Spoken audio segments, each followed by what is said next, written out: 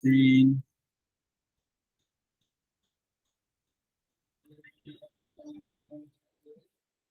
So again, according to GC Lim, these are global problems, new trends, and spatial factors affecting spatial allocation will drive sort of the kanang urban form of whatever city. So these are, I guess, helpful, I guess. So now you have a benchmark as to what to study or what topics to look into when you sort of create urban planning or urban design policy. For example, Cebu City, what are the poverty levels? What are the environmental degradation levels? Are there any conflicts in Cebu? So I don't think it's applicable in Cebu. Human rights violations, I guess we still have that. A lot of kidnapping, a lot of murdering, corruption, very much so, and issues on education. Economic interdependencies, I think Cebu is importing a lot from outside countries, like let's say US. We see a lot of like made in China products. We are already in a democracy, so I don't think that applies. Restructuring of organizations. We can see even USC, the school, is restructuring to allow for more online activities similar to our class now. There is also a rising environmental awareness. Technologies like solar panels, rainwater catchments, rainwater like residential rainwater harvesting is being applied, and then factors affecting the spatial allocation of resources. So we have Cebu City is continuing to grow. Energy costs, I think, are still on the rise. Communications, other technologies are being developed. Cultural elements are present in Cebu, and I think being sort of championed and kanang basically put at a higher level. And I think tourists are still coming to Cebu for those cultural elements. Scale economies, I think, exist as well. We can see developments in the so-called uptown area, like IT Park and uh, excuse me, Ayala Business Center. And I think that's changing comparative advantages of cities. Cebu is becoming more of a communications and commercial hub. Lapu-Lapu is still intensifying its tourism destinations. Mandaue is further intensifying their industrial activities. And then these all impact urban planning and urban design policies. We see because more people are working in Mandaue, they're investing in bike lanes, e-buses. I think that's also happening here in Cebu. Transportation between Cebu, Mandaue, and Lapu-Lapu are kanang improved. I think I'm just based on what I see from the news by the third bridge. We have new proposals for SRP, which is sort of a combination or a meeting point for Mandaue, Lapu-Lapu, and Cebu. So we see kind of that this framework. We can see it being kind of useful, sort of just like as a checklist for what to review when creating policies or sort of suggesting changes in the urban environment. Okay, let me double check record. Can I record? Okay, it's recording. Okay, so now let's proceed to the second article in the Globalization reference book. Urban Development in the Global Periphery, the Consequences of Economic and Ideological Globalization. Written by Sanjoy Chakraborty. So this guy was mentioned in the introduction last week. So let's see. Globalization has two elements, according to Chakraborty. Economic globalization refers to the integration of global markets, while ideological globalization refers to the political ideas that underlie the spread of let's see, ideological, the spread of markets, trade, and underlie the spread of markets, trade, and democracy. Economic globalization is limited in its reach in the developing world. Some cities have done well. Some, despite not being globalized, have regional importance. and large regions and numerous cities have been bypassed, like completely bypassed by globalization. Ideological globalization, on the other hand, is far more widespread from an intellectual and policy perspective. The tenets of ideological globalization are likely to work further to the relative detriment of cities, regions in the global periphery. So, this is a cumulative causation argument that raises the questions about development prospects of peripheral regions. So, the idea is that economic globalization is uh, limited such that it doesn't impact all cities the same way. Meanwhile, ideological globalization is more sort of widespread, um, because the tenets of ideological globalization are likely to work further to the relative detriment of cities or regions in the global periphery. So let's see why that is. So, what are the consequences of globalization for urban development in cities in the global periphery? This is a question of some significance, not only in academic terms, but also to begin to understand the emerging global map of welfare distribution and the policies that may be devised to address these consequences. In order to move towards some answers, it is necessary to unpack three of the key terms: globalization, urban development, and periphery. So, and then analyze how the former influences the latter. The key themes developed in this paper relate to the unevenness of globalization in the international and intranational, so within national terms, which has created a large number of peripheral cities and regions. The relatively wider spread of the ideologies of globalization. Let's see. Hello? The relative wider spread of ideologies of globalization and their impacts at the local level. It is suggested that according to Chakravorty, it's so hard to say his name, Chakravorty, according to Chakravorty, that economic globalization is only part is only part of the appropriate framework for understanding urban development issues in a broad theoretical sense. A fuller understanding needs to incorporate ideological globalization or the ideas on markets, ideas on trade, democracy, and governance that underlie economic globalization, which may be of more consequence, basically more importance than economic globalization itself for cities and regions in the periphery. So this is significant because while economic globalization has created groups of cities with varying degrees of integration in the global economy, ideological globalization reinforces these divergent trends, working to the detriment of working to the detriment of peripheral cities and regions. This paper has four parts. First, it elaborates on the idea of the periphery and showed the extent to which economic globalization is associated with increasing regional polarization.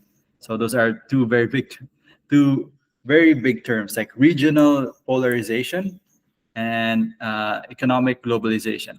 Next, this paper briefly discusses the diversity of intellectual approaches to globalization and argue that from a policy perspective, there is significant congruence, meaning sort of they're related in a way that they develop at the same rate.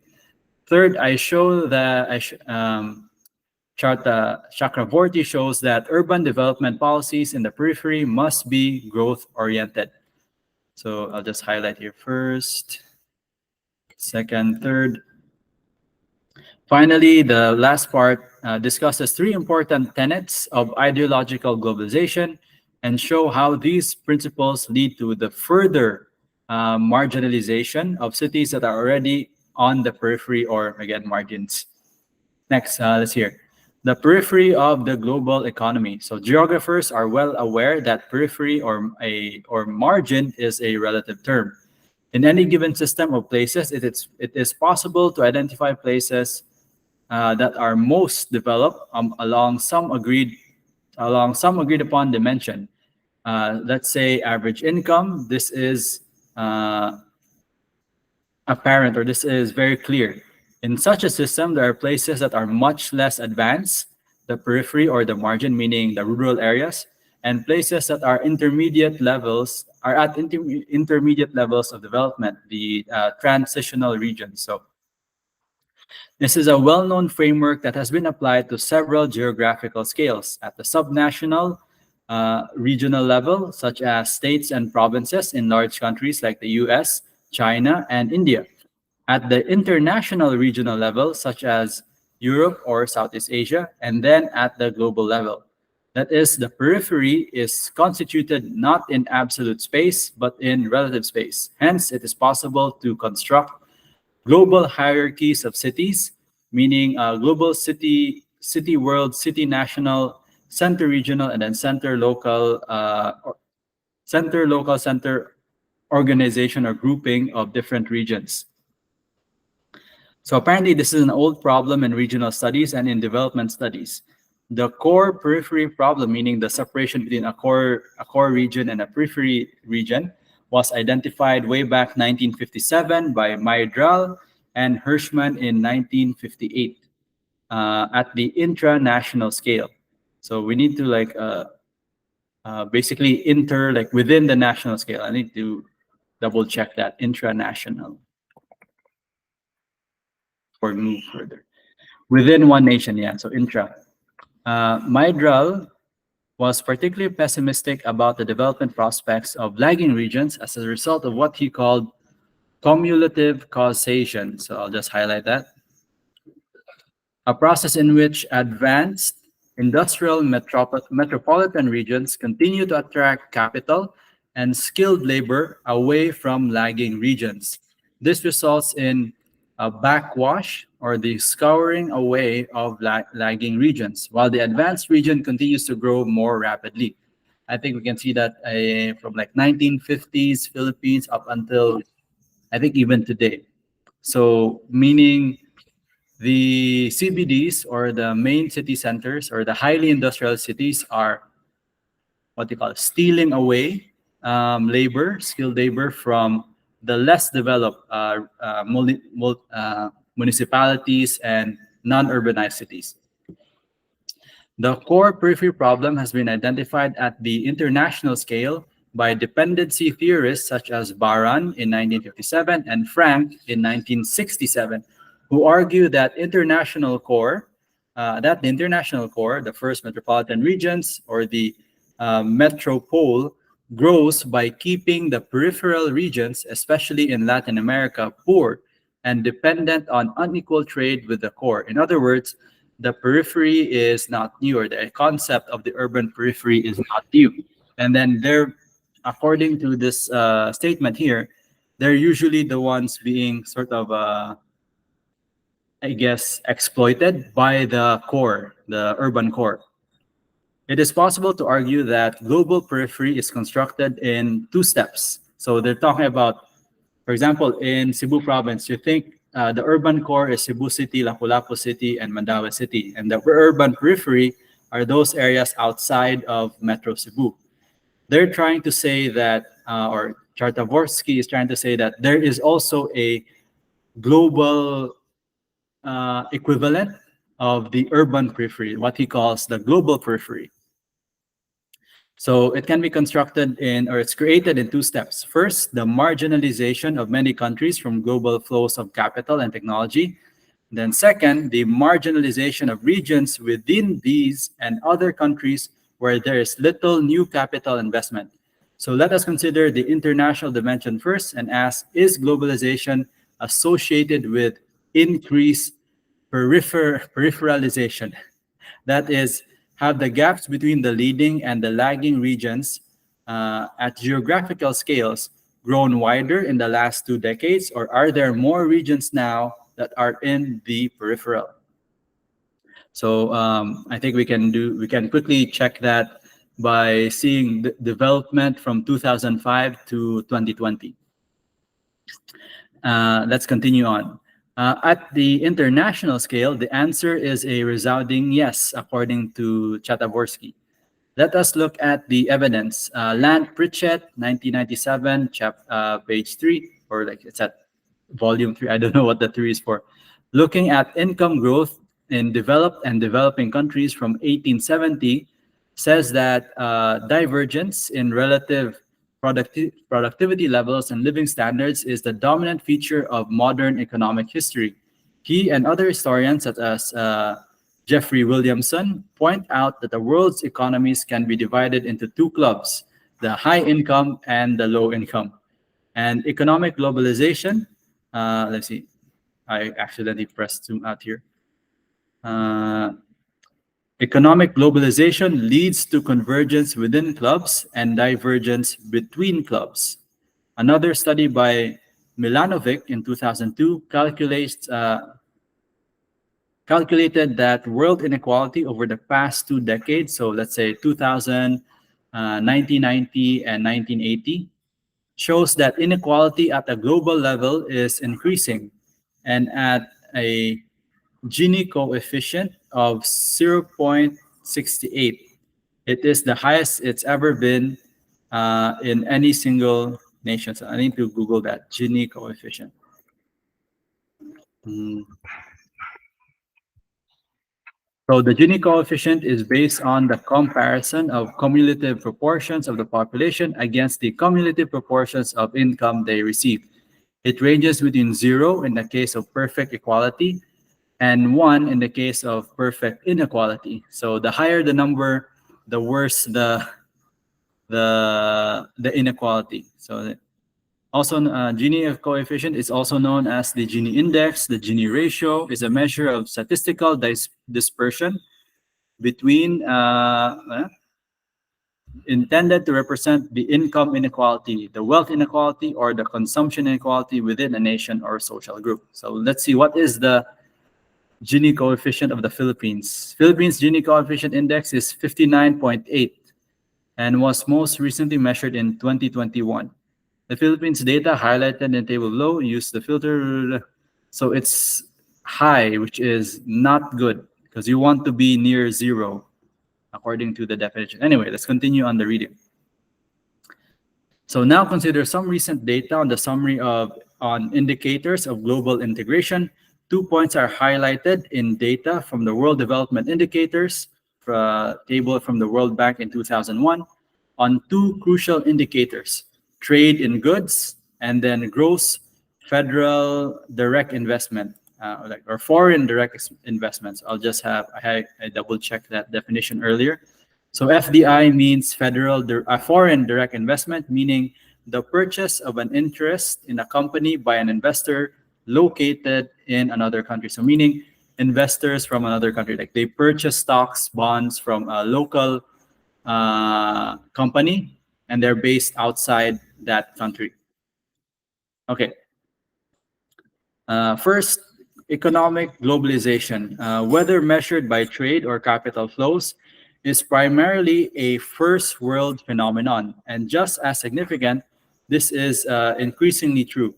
In 1989, trades in goods accounted for over 28% of the purchasing power parity, or the PPP, and GDP in high income economies. So this is another term we need to look up: purchasing power parity. Purchasing power parity. So the purchasing power parity is a macroeconomic analysis metric used to compare economic productivity and standards of living between countries. So what he's saying here is there's a greater gap between high-income economies and low-income economies. By 1999, it will be accounted for over 37%. The corresponding numbers for low-income economies was 7.2 and 7.8%. I need to review again. Purchasing power parity is a measure of the price of specific goods in different countries and is used to compare the absolute purchasing power of the country's currencies. Okay. So let me amend that earlier statement. So basically, first world countries have higher purchasing power than low-income economies or low-income countries. So that makes sense. In 1999, trades in goods and services were worth 10 point, 10,589 billion in high income countries, while say 1,200 billion in East Asia and the Pacific, and then 700 billion in Latin America, and only 187 billion in sub-Saharan Africa, and 170 billion in South Asia, and so on. So the numbers here is basically goods and services were worth more in high income countries than they were in lower income countries like South Asia, Latin America, and sub-Saharan Africa. Similarly, FDI as a percentage of GDP is far more important in high income economies than low income ones. As with trade in goods, this difference is increasing from 15-fold to 25-fold in the 10-year period. 15 emerging market economies, mainly in East Asia, Latin America, and Europe, accounted for 83% of all net long-term private capital flows to developing countries in 1997. So basically, more businesses for the first world countries. So that was the, what do you call this? First argument that global peripheries or global periphery areas or regions are being made because globalization heavily favors already developed countries. Second, there is a great variation in the significance of trade among developing nations. In several countries, notably in Africa, trades in goods has actually declined, whereas the greatest gains have generally been seen in Latin American economies. In China, India, and Brazil, vast countries with large economies, trades in goods accounts for small proportions of their economies.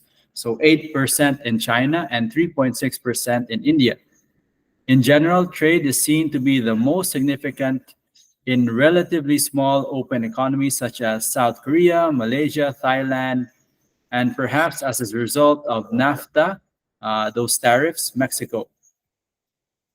Remember that these trade figures include exports and imports, which of course include oil. The FDI data are similar to the trade data, general decline in Africa, where in every country other than Nigeria and Zambia, gross FDI accounts for less than 1% of their GDP. In some increase in Asia, also where the vast majority of the countries have FDI at less than 1% of GDP, and significant increases in Latin America. Except in Latin America, FDI generally accounts for a minuscule proportion of the GDP. So meaning foreign direct investment is very small in what they call this, developing nations.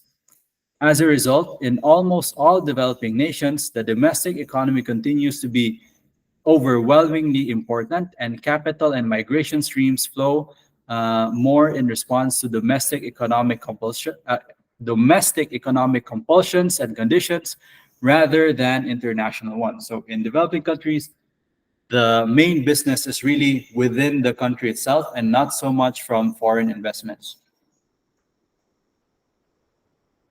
Or economic development is focused within the country because there are no foreign investors coming in.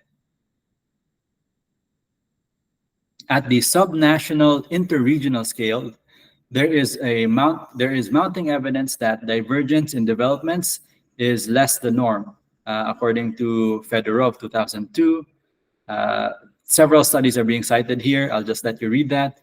For instance, in Russia, Fedorov, as of 2002, finds that the Gini of regional economic inequality rose from 0.106 in 1990 to 0.287 in 1999. So that's a 9-year difference or a decade. The Wilson index of polarization increased from 0.099 to 0.403 over the same period. Looking only at rural inequality between countries, Gustafsson and Shi in 2002 found that most of the income inequality in rural China in 1995 was found to be spatial, and the uneven development of mean income across countries stood for most of the rapid increase in income inequality. So basically, these are just readings that say rapid inequality is occurring all over the developing countries. Let's see, Thailand, the urban or rural location of residences explains 17 to 18% of the income inequality in 1975, and the region of residence explains 14 to 15%, and the exploratory power of both variables increases substantially over time. In 1992, the location of residence explains 28 to 29% of the inequality of the region of inequality, and finally, the region of residence explains 25 to 27%. This suggests that spatial dimension of inequality is gaining importance in Thailand. Then Chakraborty, the author, analysis of the new industrial investment in India finds strong evidence of a intra-regional convergence and inter-regional divergence. So there's a general agreement in this literature that leading regions are the prime recipients of new productive investment. As a result of growth, it's concentrated in specific places, while stagnation, even regression, is widespread. So think of, again, I want to imagine Cebu province. All of the growth is concentrated around Cebu City, Mandaue, and Lapu-Lapu. So that could be true. That doesn't explain, though, some growth in Bugo. But again, if you look at Bugo, it's still developing. It's not as urbanized as Cebu, Lapu-Lapu, and Mandaue. And there is nothing going on the south of the province, like Santander. I don't think there's any development going on there. So there is this sort of focusing of economic development in specific regions, and on a global scale, globalization only impacts like the biggest developed regions, and then the global periphery is suffering. Okay, where am I? One of the interesting findings is that society-wide inequality changes are driven by regional income differences. That is, inter-regional inequality is the driving force behind income inequality changes. However, the pre-global urban hierarchies appear to be susceptible to change. Rapid growth can be seen across the city size spectrum, just as the absence of growth and even decline are present among all city size classes. That is, urban size is not related to urban growth or decline. The cities most likely to be bypassed by globalization are inland or landlocked regions. So that's a key identification. So it's based on geography. Coastal locations are privileged now as during the colonization period, though simple coastal location is no guarantee of success. So there is sort of that geographical preference where inland or landlocked regions are bypassed by globalization, but coastal locations or cities have access to it, with the caveat that they have like proper port areas, and there is like no guarantee of success. Next, globalization or globalizations, plural. It is clear that the economic globalization has bypassed many countries and cities, perhaps the vast majority of the low-income developing nations. So does this mean that there are large parts of the globe that are untouched by globalization? The answer to this question must begin with the recognition of a clear distinction between two contrasting and overarching views of globalization. One school of thought sees globalization as a homogenizing process, an economic and cultural assault led by American juggernauts of Coca-colonization and McDonaldization. So some academics, such as Burnham and Rondelli in 1992, have gone so far as to suggest that in order to succeed in the global economy, there are certain universal cultural imperatives that cities must follow. And then that's one view. So following the trends of America. The other view is that the globalization Globalization promotes, more than anything else, differences and plurality of culture and values and of taste and also political formations.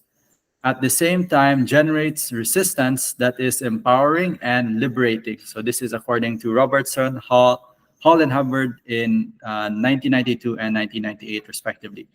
This dichotomous view of globalization is reflected in popular accounts such as Jihad versus Macworld by Barber in 1995, The Lexus and the Olive Tree by Friedman in 1999, and then in academic discourse in terms of global and the local, and the ungainly term of choice, globalization by Grant and Short in 2002.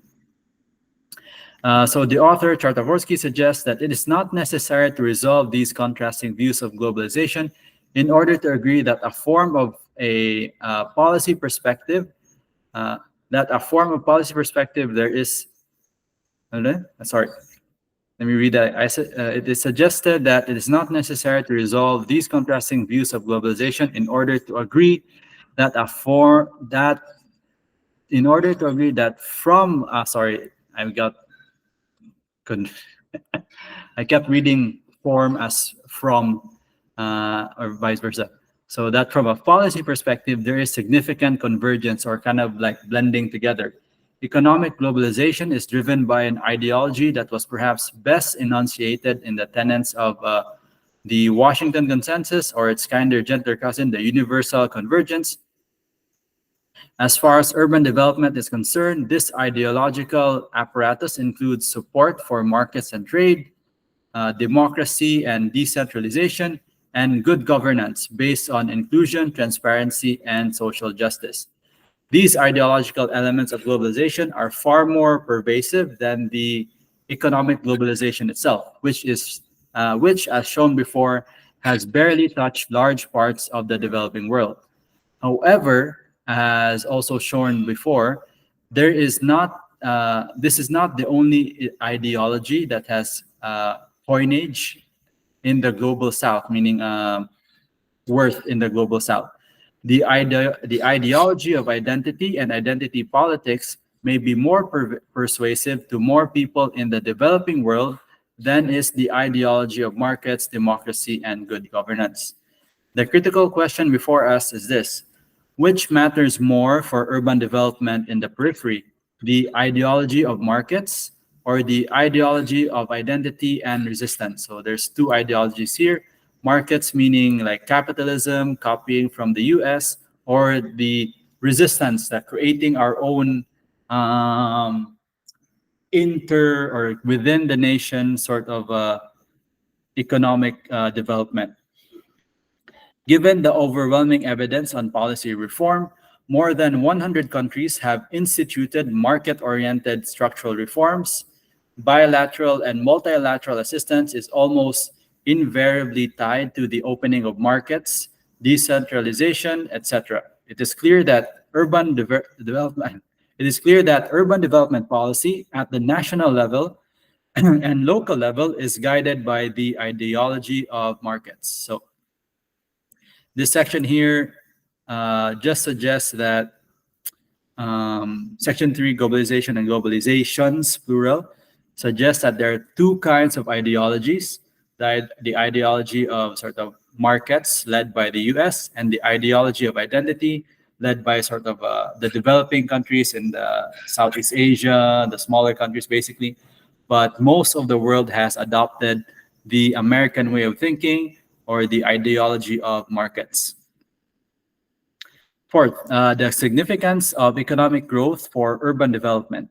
So before we analyze the impacts of ideological globalization on cities in the periphery, let us establish the primary goal of all cities is to generate economic growth. I think we discussed that in MUP 204 as well.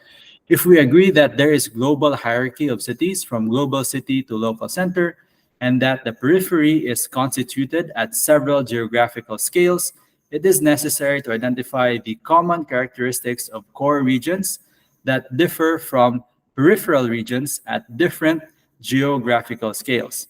Perhaps the simplest measure is population growth. In the core city regions, they are high at 3% and above per year as a result of heavy net in migration.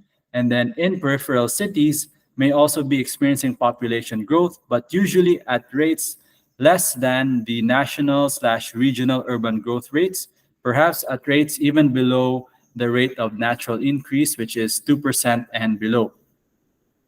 It is clear that one of the primary tasks of urban development institutions in both classes of cities is growth management to provide shelter, services, and work for thousands of new people who permanently join the city every day. Simultaneously, urban development institutions must also focus on investment attraction to bring work to the city so that people come and bring dynamic. This is kind of weird. Simultaneously, urban development institutions will also focus on investment attraction to bring work to the city so that people come, and I think this will come and be dynamic or something like that. This typo, very strange typo. It is not clear that these two objectives are different from a policy perspective. A city that manages to keep its traffic flowing smoothly, keeps crime down, collects garbage regularly, and is able to provide adequate housing, whether through public sector projects or by establishing institutions that facilitate real estate markets. Basically, this is what makes a successful city, one that manages growth well and by doing so attracts new economic opportunities. It is important to remember that urban size is by itself not a hindrance to effective management or growth attraction. New York, Los Angeles, and London are giant metropolitan areas, yet few suggest that they have been too successful in attracting growth and henceforth should focus only on growth management. In other words, the separation of growth management from growth attraction is a false dichotomy.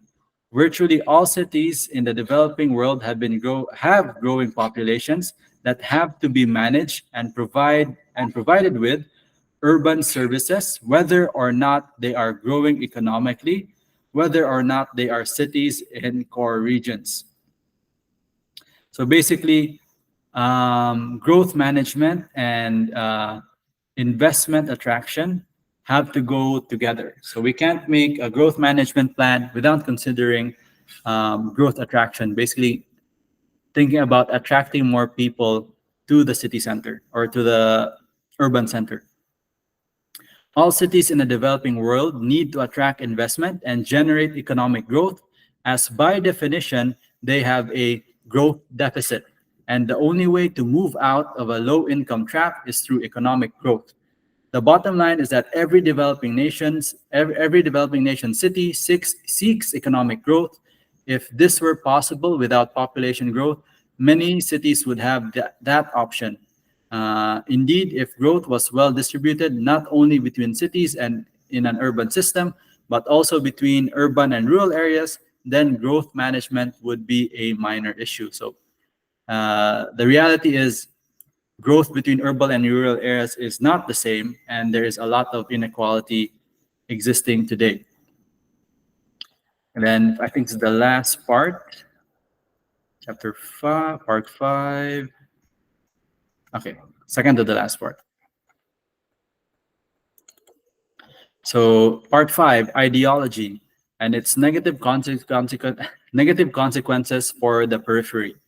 As shown earlier, urban economic growth during globalization is very uneven, in some cases as a result of global flows of capital, but more often than not is a result of local political economic conditions. In these conditions of local political economy it is these conditions of local political economy that the forces of tenants of ideological globalization seek to influence. Three of these tenets are most important. First, trade and markets are good. Cities are natural locations of trade, therefore, trade must be encouraged. Markets allocate resources efficiently, hence, cities must become more market oriented. Second, Decentralization is also good. It encourages local decision making and democratic processes. Hence, governments must decentralize money and power to local bodies, the municipalities, and maybe even the LGUs. Third, good governance, inclusive and transparent government can cushion the shocks of openness, uh, and it can tackle the serious problem of poverty and inequality while making cities more attractive for investment. It follows that good governance should be the goal of all local governing bodies. On the surface, these are sort of very laudable principles, but consider their implications for cities in the periphery. So consider the emphasis on trade and markets. In order to trade, a city must produce something that other cities want. Perhaps it is plastics or metals or information or entertainment. There must be some exportable good or service that can be sold at some market.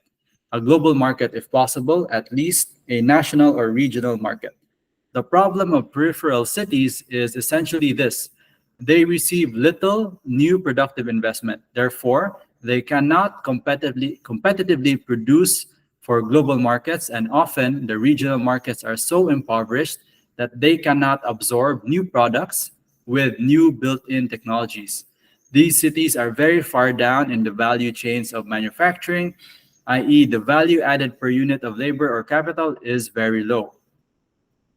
Not only are these cities absent from global systems of production and exchange, but if by some unusual circumstance some of these cities were to become part of the global trade in manufacturers, let's say footwear, the value added would be too low to move these cities out of the periphery. So this comes at a time when the core cities continue to strengthen their global trading links and keep moving up the value chain. It seems inevitable, according to Chartavosky, that Chartavosky, it seems inevitable that opening markets and relying on global trade will increase productivity and incomes in the core cities relative to peripheral cities. So basically saying that global trade or in development will still be focused on the core cities and not so much the peripheral cities. Second, consider decentralization. That was the other sort of principle in economic development for globalization. Decentralization calls for the evolution of revenue and authority to local government bodies, which then increasingly becomes responsible for local services and planning. In theory, this would have the advantage of increased democratization and public participation and curb the influence of large cities and other traditional centers of authority. In practice, however, decentralization creates a new set of problems which work once again to the detriment of peripheral cities and regions. In order for decentralization to be effective, it is necessary to have supportive institutions and human capital at the local level. Such institutions and human capital are not readily available in even most of the largest cities of the developing world, where formal urban planning, as opposed to urban public works or services, began as late as the 1960s. So that's also happening here in the Philippines. I don't think the urban planning institution was formed until after the 1960s. And urban planners are not available. Urban planning schools do not exist. And then where they do exist, they tend to be technocratic institutions. And infrastructure finance institutions are virtually unheard of. Think of the situation here in the Philippines. We are starting Gcash, but most of the smaller sort of municipalities and even some of the provinces don't have virtual payment, or they're still using paper payment and paper transactions. In such situations, what kind of municipal planning and development can small to medium-sized cities undertake? What happens is what happens and is likely to happen, see the case of Bolivia and China, is that larger cities, despite having to share resources, are better able to take advantage of decentralization and devolution as a result of a freer hand in local decision making and revenue generation. Um, See World Bank.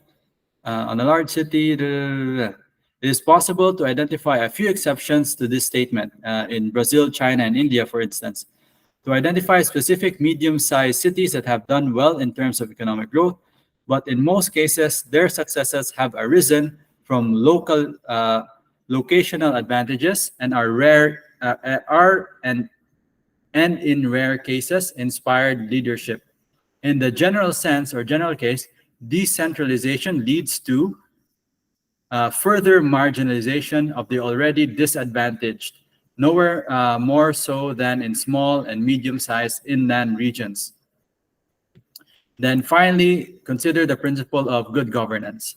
According to the World Bank in 2000, good governance implies inclusion and representation of all groups in the urban society and accountability, integrity, and transparency of government actions in defining and pursuing shared goals. Nothing could be more desirable than these objectives. The question is, how can these objectives be achieved? Fundamentally, good governance hinges on the workings of urban politics. This is a big issue that has occupied political scientists and sociologists working in developing nations, developing nation contexts. Chartavosky does not intend to offer any quick summary of the literature. Da, da, da, da, da, da, da, da. The intent is to raise a few questions on globalization, urban politics, and their relationship between each other, focusing on two issues: inequality and identity. It is commonplace now to assume that globalization has led to increases in urban income inequality. However, there is considerable confusion and misinformation on the issue. There is clear evidence of increasing regional inequality in many parts of the world, as suggested in an earlier section in this paper, just as there is some evidence of increasing social or national inequality. But there is practically no evidence on increasing urban inequality in the developing world, not to mention the fact that inequality data for individual cities do not exist. Also consider two other facts. First, the income distribution patterns are more or less immune to change. Uh, barring revolution or significant social transition. Second, income inequality is notoriously susceptible to mismeasurement because of poor survey designs and underreporting by rich and overreporting by the poor, and heavily dependent on definitions of income, income receiving units, etc.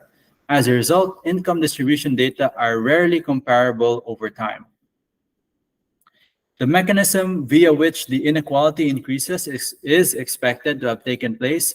Um, the mechanism via which the inequality increase is expected to have taken place is the technological shift and higher productivity of those sections of the population that are directly involved in global production and trade. For the sake of this paper, let us assume that this is possible. In the global core cities, the numbers of such workers are so large that even if urban inequality increases, the welfare gains may outweigh the cost of higher inequality. In the regional core cities, the number of such workers are likely to be small enough to make no difference in inequality. For example, in all of India, a well-known technology leader, the number of software sector workers is estimated to be less than 500,000. Meanwhile, in the peripheral cities, by definition, there are few such high productivity workers. Had there been large numbers of high productivity workers in these cities, they may not have remained peripheral. Therefore, urban inequality levels in the peripheral regions are unlikely to have changed significantly as a result of globalization. It is possible that some fluctuation may have taken place as a result of recessions or poor crop outputs, i.e. related to some temporary phenomenon rather than a structural shift. Therefore, urban inequality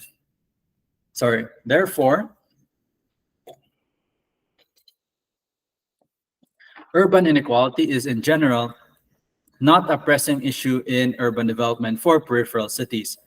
Poverty is, and urban welfare policy and urban governance should attempt. Poverty is, and urban welfare policy and urban governance policy. What is going on with this sentence? Poverty is comma, and urban welfare policy and urban governance should attempt to address poverty. Weird.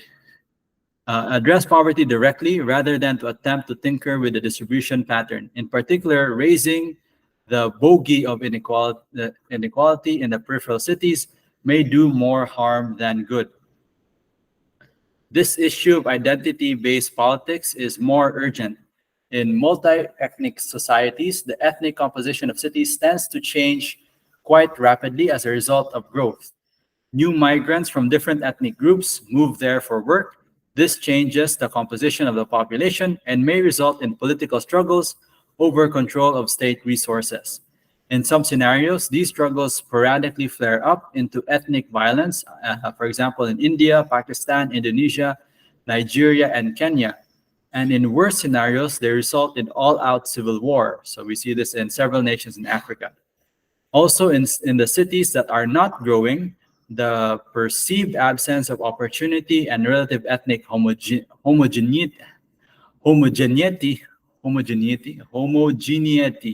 homogeneity leads to par parochial regional politics, identity-based politics, which morphs into ethnic nationalism, tribalism, separatism, and violence. So basically, saying this in peripheral cities, the and let's go back. Some of the sentences here are very weird.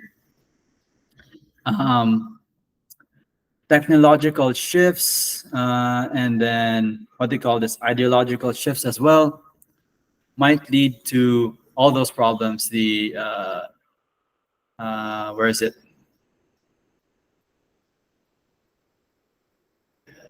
Let's see. Sorry, I got lost. May create some scenarios create ethnic violence, basically segregation and sort of may cause political strife in these different cities.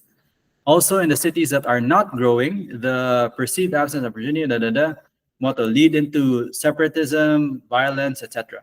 It is then necessary to recognize that one of the ideological counterpoints to economic globalization is identity politics. It is possible for corporate theorists to declare the end of the nation state and to promote birth of a neo-utopian true global marketplace. But when the GNP or gross national product of China was $317, while that of Shenzhen in China was 5,000. I think this is 317 million, and then this is or 317,000, while that of Shenzhen, China was at 5,600. OMA's data current numbers will be different, but the reliability of China's data is so notorious that it's perhaps better to leave that point.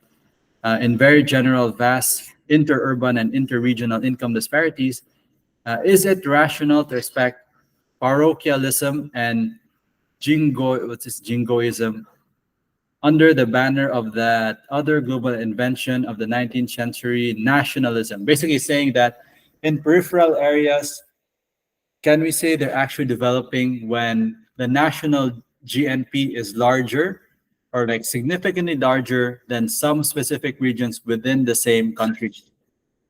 Basically saying there is inequality with the growth of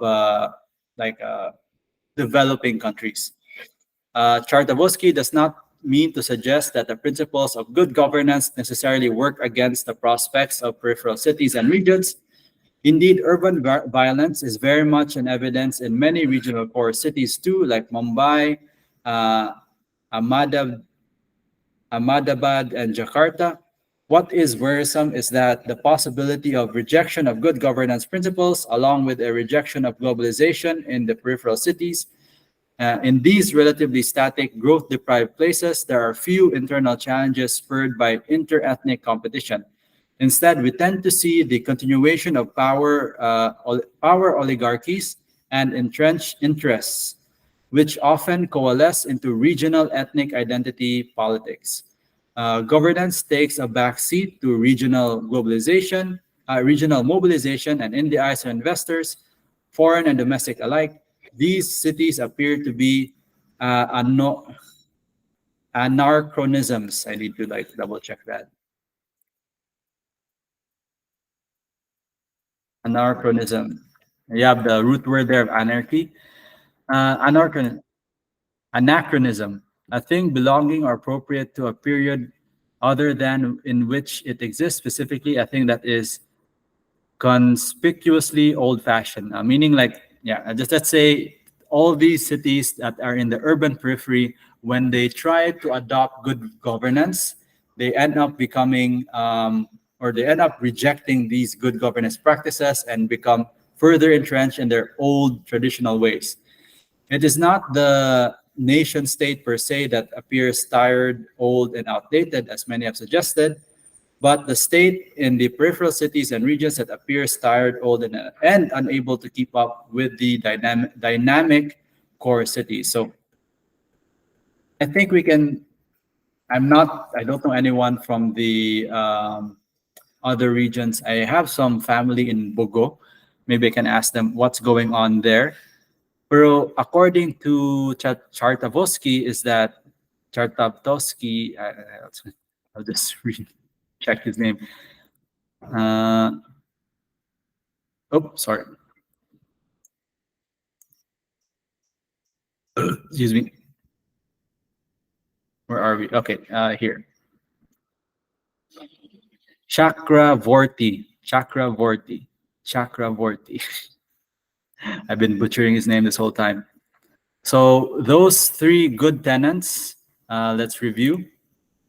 Going up. Fit whole page, please. Okay. So let's see. Trade markets are good. Decentralization is good, and then good governance is also good. So what happens in the peripheral sort of the global periphery and the urban periphery is that these nations and these areas are ill-equipped to create trade markets or to create trade and markets. And then they are also ill-equipped to create some decentralization because by definition, there are low income, low population, low growth. And then when they try to implement good governance, it may sort of come out or be implemented in the form of like oligarchies, even more corruption, because again, they are low income, low population, and sort of low development. So that's what Chakraborski is trying to say here. I keep forgetting his name. Chakravorty. So in conclusion, so let's see how he concludes this. Full page. Conclusions to urban development in the global periphery. So Chakravorty has said that he has argued here that economic globalization has a clear regional dimension. Entire regions are neither incorporated within global flows or they are almost entirely left out. Hence, the appropriate scale of analysis of marginalization may not be the city, but the subnational region, meaning at a larger scale. So it's not only at the city scale, but sort of at the near national scale. Uh, Chakravorty has also suggested that the true significance of globalization for urban regional development may lie in the globalization of ideas rather than trade. Ideas about values of markets and trade, the need for political reform to democracy and decentralization, and good governance based on social justice and inclusion have far greater policy significance and social impact. These ideas, when translated into policies, have effects at urban, regional, and national scales. It is possible that the implementation of these ideas creates some real development paradoxes for peripheral cities and regions. The author has shown how these ideas can lead to further relative declines in already lagging places.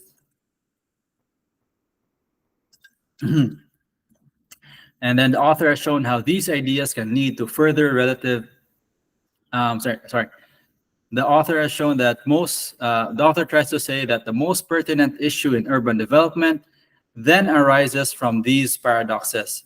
If markets, trade, democracy, decentralization, and good governance are all desirable entities, how can they be used to improve absolute and relative welfare conditions in peripheral and marginalized cities and regions? Albert Hirschman is another author. Words on the tunnel effect now have renewed urgency.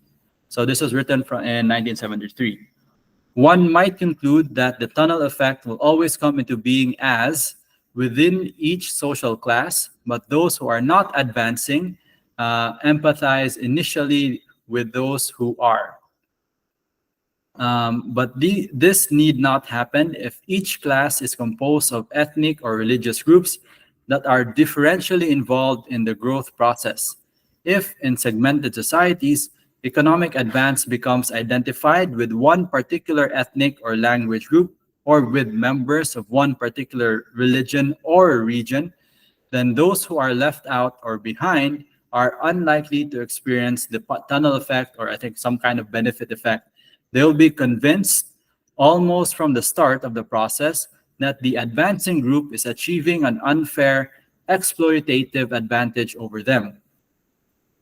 So the challenge now is to find an equitable regional solution within a market framework. A return to the author calls for a return to the nationalist model of old appears to be one of the question. Sorry, a return to the nationalist model of old appears to be out of the question for a number of reasons. But the tension between market orientation and regional divergence has to be mitigated to some degree, or else the benefits of efficient markets may be washed away in bloody conflict at worst, or debilitating distributional struggles at best. It is necessary to renew thinking about approaches that take into account political economy of peripheral regions. So basically, zoom out again here, fit one full page. Let's go back to his abstract. Chakravorty says that globalization has two elements. Economic globalization refers to the integration of global markets, the sort of the goods and services, the physical, the economic gain. And then the ideological globalization refers to the ideas that are spread that underlie the markets, the spread of markets, trade, and democracy. So Chakravorty has seen or has tried to prove that economic globalization and ideological globalization benefit already developed countries, like established countries like US, Europe, etc. But globalization has created global peripheries or regions and cities and nations that have been left out or bypassed from the benefits of globalization. And then that the tenets of ideological globalization are likely to work further to the detriment of cities, regions in the global periphery. For me, I wasn't so convinced that ideological globalization has a negative impact, or just the idea of good governance will have a negative impact on peripheral, what do you call this? Globalization or peripheral nations. I think I need to review that part. So why does he say that? Let's see, significance.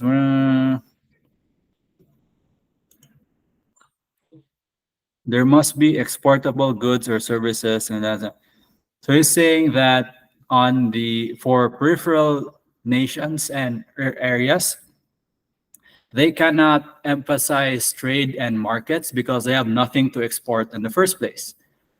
But why does that doesn't mean that for me anyway, that global or like excluded countries and cities can't find an exportable good. Why? I don't think there's proof here that, or the author, I don't think the author provided proof that peripheral cities and peripheral nations can't find or create their own exportable good. I see the problem for rural cities that essentially they receive little product investment, therefore they cannot competitively produce at for global markets. Maybe sa short term, and often the regional markets are so impoverished that they cannot absorb new products with new built-in technology. So basically saying the peripheral regions, national and sort of at the urban scale, have no resources to become competitive. I guess in the short run that's true, but I can't see. Well, we can see in other nations where, specifically in the U.S., there are key locations for specific industries. But I think this is something that needs to be given more examples of what countries and regions are that are what you call this not competitive have stayed uncompetitive for 10 decades. Maybe you can do a quick study on this. I think that's actually we can do that now for the purpose of the recording. So let me just go here. It's still full screen. Let's think of, I guess, gross national product in the Philippines. Gross national product, Philippines, statistics, error found. Gross national product, GNP, Philippines infographic. Uh, let's see, images. There should be some here. The PSA creates some infographics for, let's see. Let's look at the provincial scale.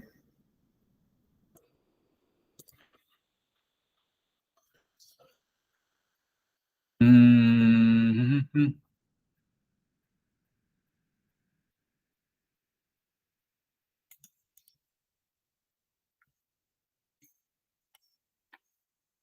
Gross provincial product, Philippines.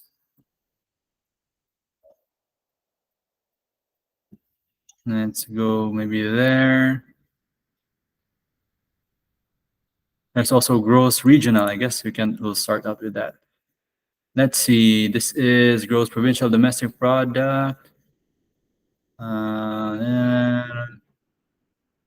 Marinduque, Mindoro. I guess the gross regional product will be easier to find. Let's see. Mm-hmm.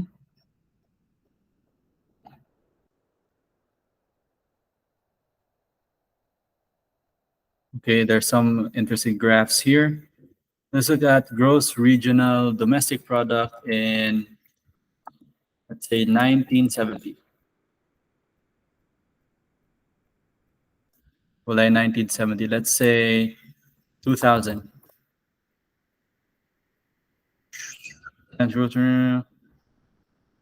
Oh, there's a table here.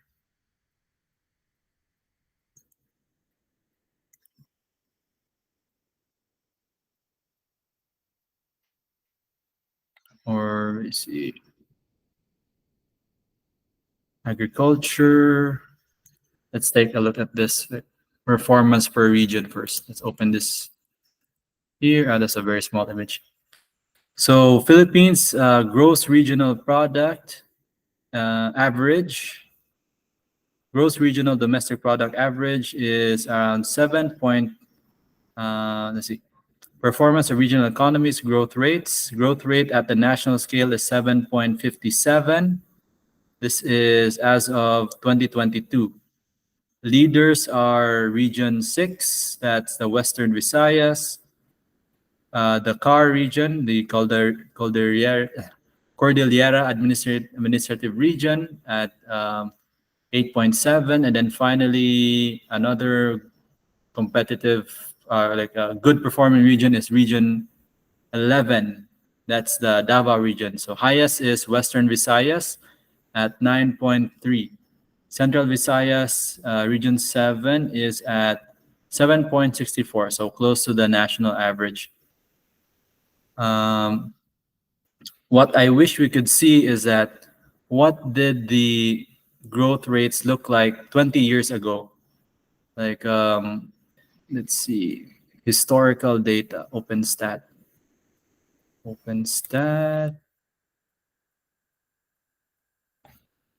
Okay, if what do you call this?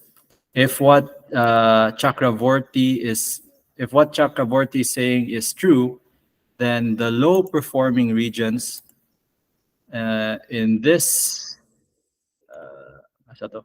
Where did that page go? The lowest performing regions in this graph should be the same regions 20 years ago, because Chakravorty is saying peripheral regions or urban areas and even nations will be at a disadvantage and will continue to be in a disadvantage as long as uh, globalization exists, as that's far as I understand. So hopefully I can find a table for that. If not, I'll maybe that will be what the reports will be about. Gross regional domestic product. Let's see. 2023. Let's search 2000.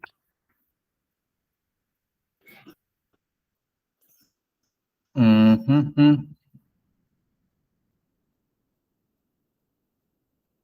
2019. I'll just keep scrolling down here. 2023. We don't have data from 2020 or like 2000 even. I say 2019. Changes, no, net exports. Mm, I'll try copying this title. Gross regional domestic product, Philippines 2000. Year 2000.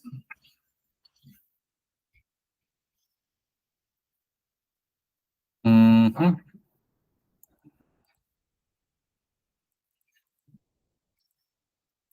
Okay.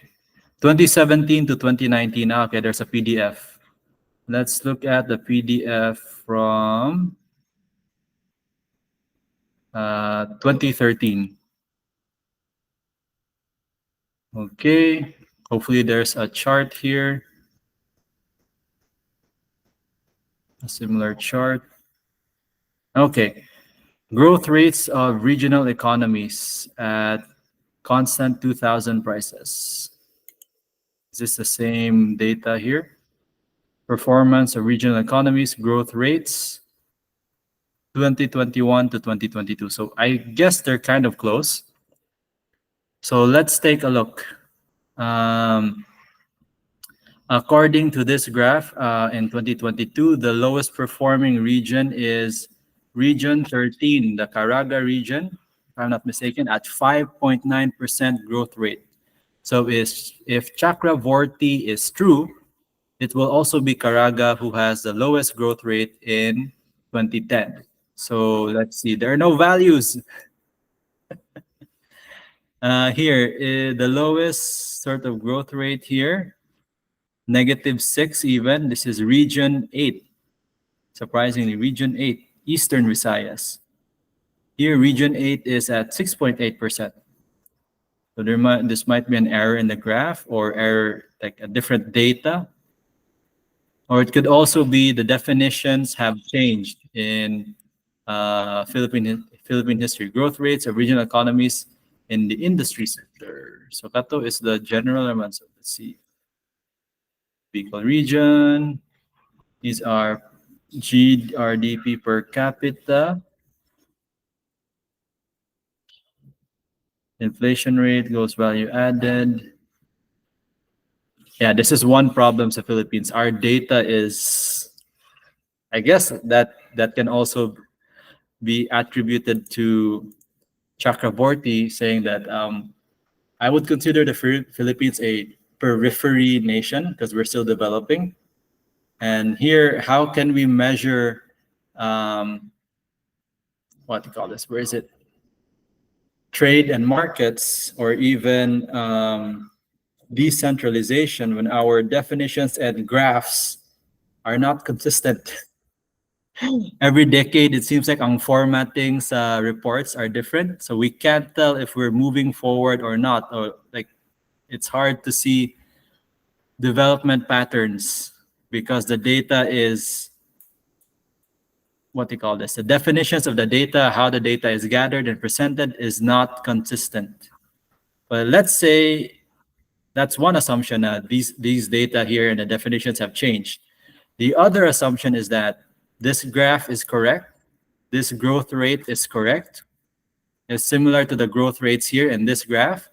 And then we can see a big difference in region 8. Let's see, I'll just read through this. Out of the country's 17 regions, 14 regional economies posted accelerated growth from 2011 to 2012. Zamboanga Peninsula posted the highest growth as its economy soared from a modest growth of 0.1 in 2011 to 12.4% in 2012. So even then, here, Zamboanga is number one. And the latest here, uh, all economies of 17 regions continue to record positive growth in 2022. Western Visayas posted the fastest growth rate at 9.3% in 2022. Then the Car region ranked second, and Davao followed by Davao at 8.5%. Here it's Zamboanga Peninsula, NCR, and then Cagayan Valley. So it's different. So it's either this data is incorrect and Chakravorty is right, or this data is correct and Chakravorty is wrong. So that's the main issue with analyzing economic performance or even globalization rates or the impact of globalization in Philippine economics. Our data is inconsistent. So maybe that will be the theme of our research for September 23. I'll analyze on this further. It's already 8:14. We're supposed to end at 9. Pero I am admittedly naluyan ako. So I'll stop presenting here. I'll share this recording and